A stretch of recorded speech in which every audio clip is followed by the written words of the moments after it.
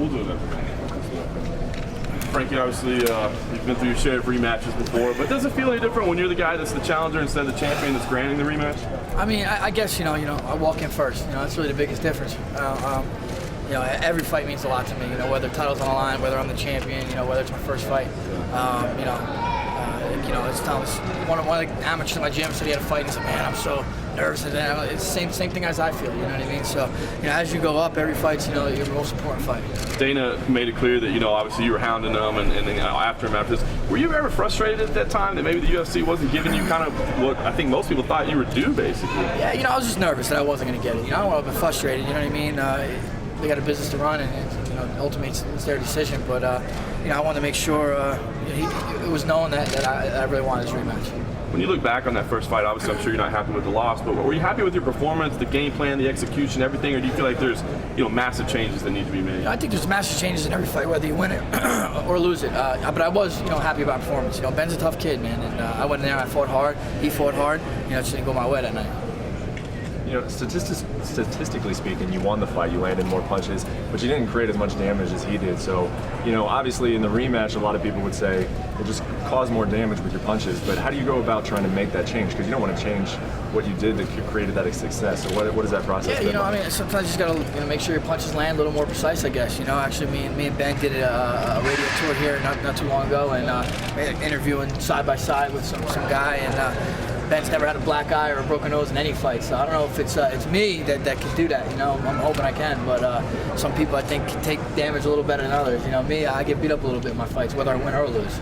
Do you notice that in a fight? Is it all demoralizing when you're like, all right, I just landed a great combination, and then it doesn't wobble him, he's not bleeding, there's no black eye? I mean, do you think about that in a fight? Nah, not at all, man. And you know, you don't have to damage a guy to knock him out or to wobble him. You know, I believe, you know, I put him down in the 5th round. You know, dropped him quickly. Maybe it wasn't the hardest shot, but it did, you know, get his attention. You know, I mean, you can win fights without the guy looking marked up at all. You know, it could be a submission or a knockout. You know, you don't blacken him up, but you still won. Yeah, a lot of the talk about your weight is always about dropping down. Have you ever thought about, you know, putting on some more size, especially in a fight like this, to combat with some of the mass that Ben brings? Did you think about upping your training, or your weight training, or anything? You know, I'm always trying to improve in every area I can, and size is one area that I think I could try to put some weight on. I think naturally, as I'm getting older, you know, I am putting a little more weight on. I think I'm bigger than I was when I first got into this game, but it's tough, man. I train hard, and that weight comes off once I get close to the fight. Dana said he wanted you to go to 145, and obviously I know you've had to deal with these questions. Why are you so adamantly opposed to doing it right now? Is it a pride thing, or you just don't think it's good for your body, or what is it? Because I'm fighting for the title in 4 days. You know what I'm saying? That's why. You know what I mean? I was the champ for almost 2 years. You know, so I think that's it.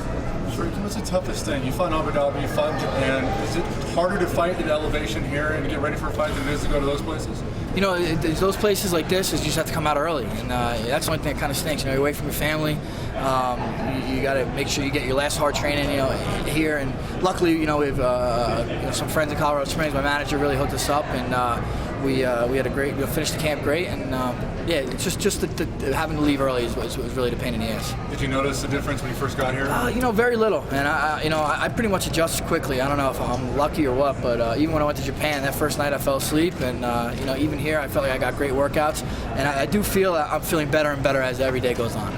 Some people thought that this fight might be a little bit different because it is at elevation. You know, you guys may not be able to have the same pace in it. I doubt it. You know, I know Ben, he comes in shape. I know I come in shape, and there's a lot on the line here. Good. Anything else? Good.